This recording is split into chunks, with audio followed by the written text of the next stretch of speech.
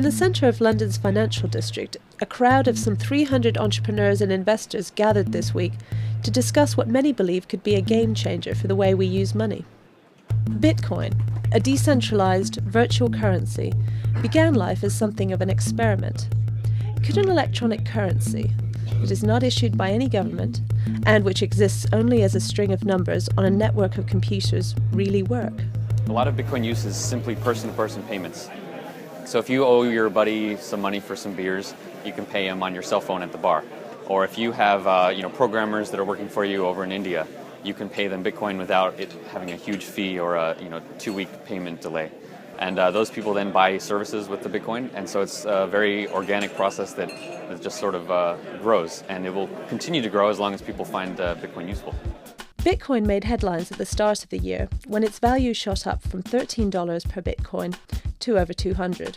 Although the price is now down to just under $90, the cryptocurrency, worth an estimated $990 million in total, has piqued investors' interest, and a small but growing number of companies are accepting Bitcoin payments. It's also becoming easier for even the not-so-tech-savvy to use Bitcoins.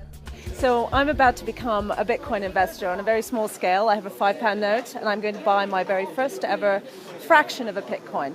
What I did earlier was I downloaded an app onto my phone, which gives me my Bitcoin wallet, which is basically represented by this QR code here, which is what I'm going to need to interact with this ATM machine.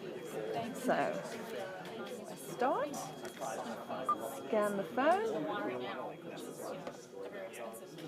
and now it's asking me to insert the bill.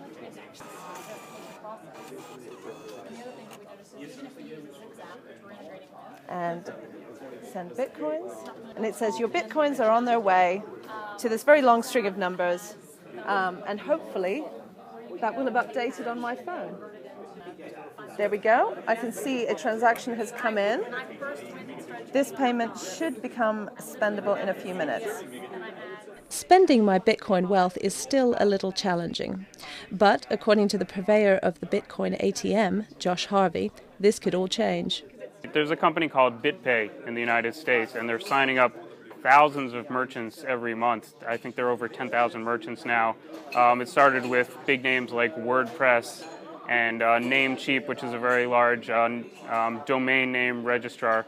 And now you're seeing a lot of smaller kind of retail locations. There's a supermarket in San Francisco, Cupcakes in San Francisco, restaurants in New York, restaurants in Massachusetts. These kind of big techie cities are going to be the first places where you're going to see the adoption, and it'll just kind of take off slowly and gradually from there.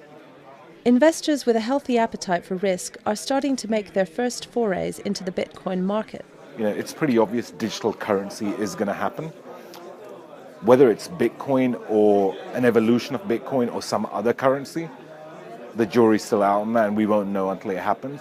But for me, looking at it from a technology point of view, an investment point of view, and really the excitement, because it's similar to the internet in 1995, 96. I semi-missed that boat, and often think back to wonder what would it have been like to have been involved in companies then. So I guess it's my second chance.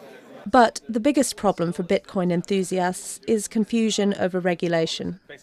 The US federal government has seized bank accounts of Bitcoin exchanges, citing rules designed to prevent money laundering and the financing of terrorism, while elsewhere regulators remain non-committal.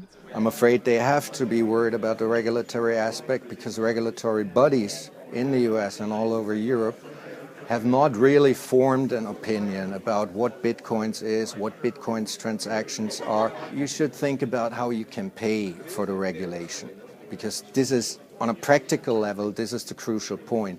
When the regulation comes, it will cause a lot of costs. Many remain skeptical as to whether Bitcoin can survive these regulatory hurdles. But with its anonymity and the ease and speed with which payments can be made, there does seem to be an appetite for something like Bitcoin to exist. The financial services sector should take note. If it isn't Bitcoin, it's likely something similar will soon emerge from the shadows. Maya Palmer, Financial Times, London.